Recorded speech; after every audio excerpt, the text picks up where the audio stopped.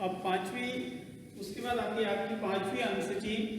पांचवी अनुसूची में जो भारत के, जैसे भारत की जो विभिन्न प्रकार की जातियां हैं, अनुसूचित जाति, जनजाति, इनके प्रावधान का वर्णन इसमें मिलता है।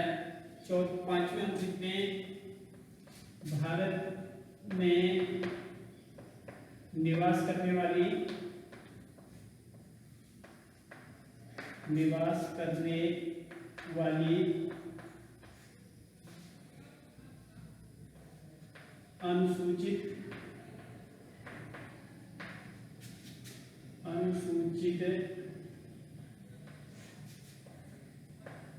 अनुसूचित जनजाति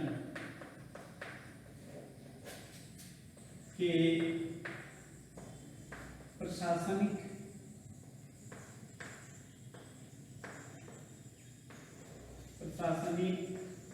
व्यवस्था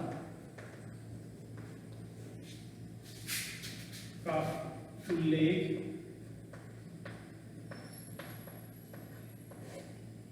मिलता है।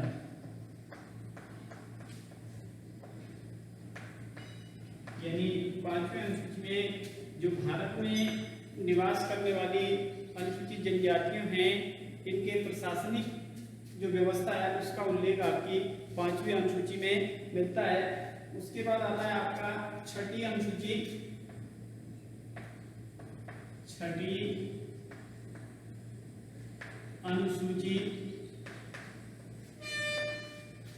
छठी अनुसूची में आपके जैसे भारत के 3 राज्य हैं, मेघालय, मिजोरम और त्रिपुरा।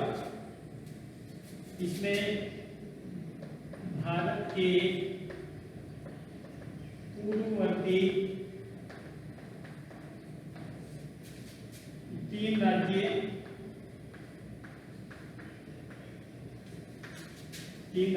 मेघालय, त्रिपुरा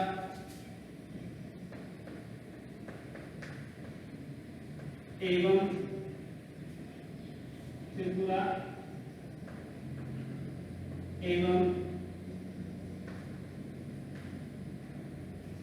मिजोरम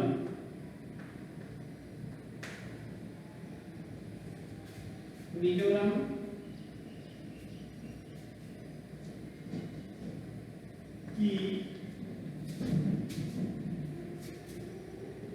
जो जनजातियां हैं, जो अनुसूचित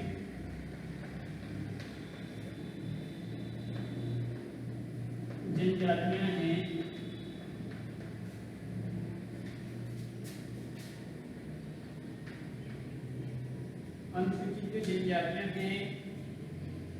उनके प्रशासन का वर्णन।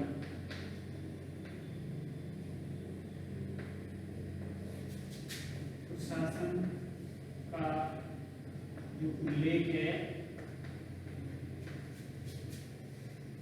मिलता है।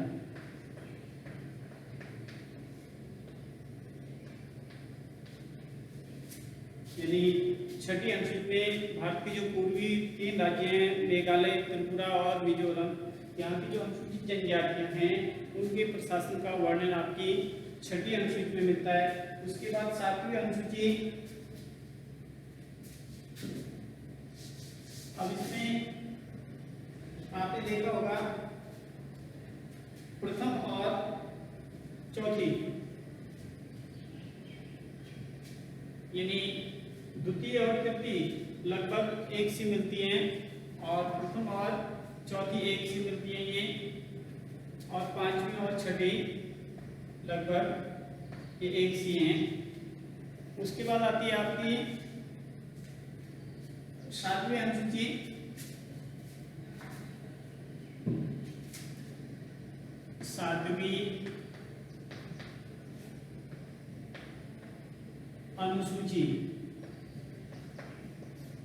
अब 7वीं अनुसूची में जो भारत के जो अनुसूचियां हैं, भारतीय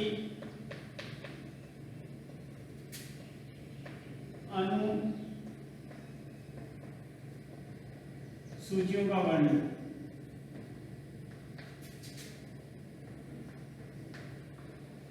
भारतीय अनुसूचियों का वर्णन इसमें मिलता है। वर्णन अनुसूचियों के का वर्ण का उल्लेख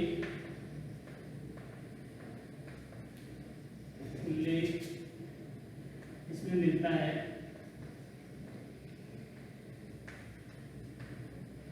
इसमें मिलता है। अब जैसे भारतीय अनुसूचियां आपकी, जैसे संघ सूची,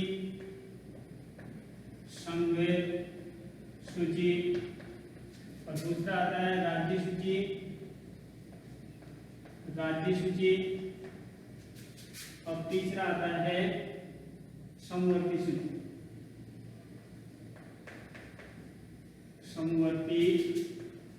सूची, और इसमें चौथा है अवशिष्ट शक्तियां।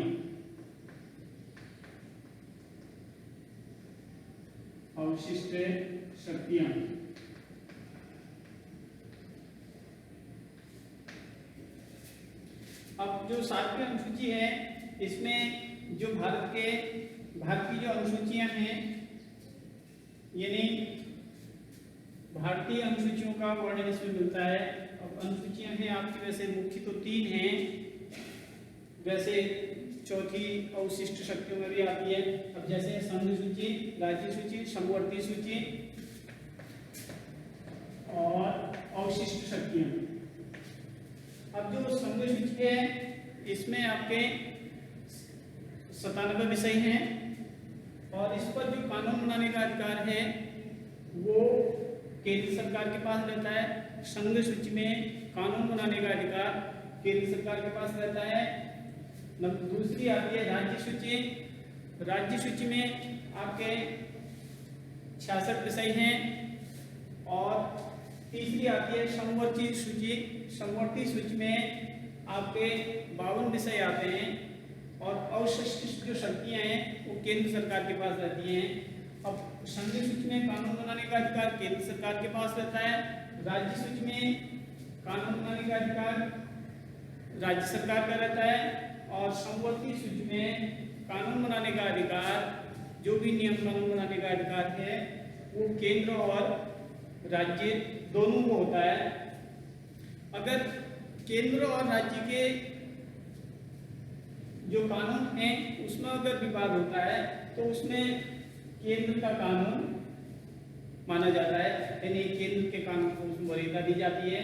यानी केंद्र का कानून विवाद की स्थिति में जो संघ सूची है इसका अधिकार उसमें माना जाता है, लेकिन समवर्ती सूची में कानून बनाने का अधिकार जो है संघ सूची और राज्य सूची दोनों के पास रहता है। अवशिष्ट शक्तियां ये केंद्र सरकार के पास रहती हैं। उसके बाद आती है आपकी 8वीं अनुसूची।